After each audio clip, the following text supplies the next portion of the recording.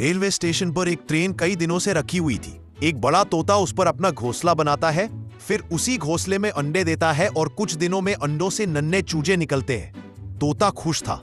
एक दिन तोता दाना लेने जाता है, तभी अचानक ट्रेन चल पड़ी और काफी दूर निकल गई। जब तोता आता है तो देखता है कि ट्रेन वहां नहीं होती है। तोता अपने बच्चों को हर तरफ ढूंढने लगता है। ट्रेन जा चुकी थी। तोता उदास एक पेड़ पर बैठा होता है। तभी वही ट्रेन उसी स्टेशन पर वापस आई। तोता खुश हो गया और फिर तोता ने अपना घोंसला पेड़ पर बना लिया। और फिर तोता रोने लगा। फिर लाइक सब्सक्राइब नहीं किया।